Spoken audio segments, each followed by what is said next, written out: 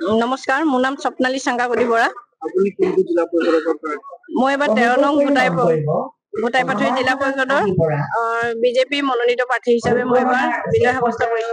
ইয়াৰ পূৰ্বে কাৰ দখলত আছিলে আপোনালোকৰ পৰিষদটো জিলা পৰিষদ? 25 বছৰ ধৰি কংগ্ৰেছৰ দখলত আছিলে।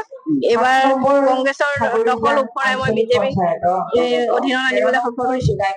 যিটো ৰাইজে আপোনাক ভোট দিছে, 25 বছৰ পিছত কংগ্ৰেছ মুক্ত হৈছে, কেনেধৰণে কি কাম কৰিবলৈ ৰাইজৰ মাজত কি ধৰণে কাম কৰিব?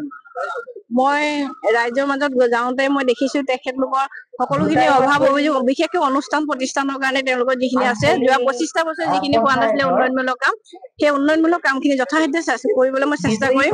আৰু তাৰ কাৰণে মই ৰাইজৰ দিহা পৰামৰ্শ লগত লৈ বিধায়ক মহোদয়ক অভিভাৱক হিচাপে লৈ মই আগবাঢ়ি যাম আৰু মোৰ দলীয় কৰ্মীসকল মোৰ লগত সততে থাকিব। সকলোকে লগত মই আগবাঢ়ি যাম বুলি ভাবিছো। আপোনাৰ কোনটো বিধানসভা সমষ্টি? নগাঁও বট্টদবা। আপুনি কিমান ভোটত জয় হ'ল? মই প্ৰায় 6,500। আপোনাৰ কন্টেষ্ট কোন আছিল আপোনাৰ? মোৰ কন্টেষ্ট আছিলে ভাৰতীয় জাতীয় পাৰ্টি হিমাশ্ৰী ৰজা।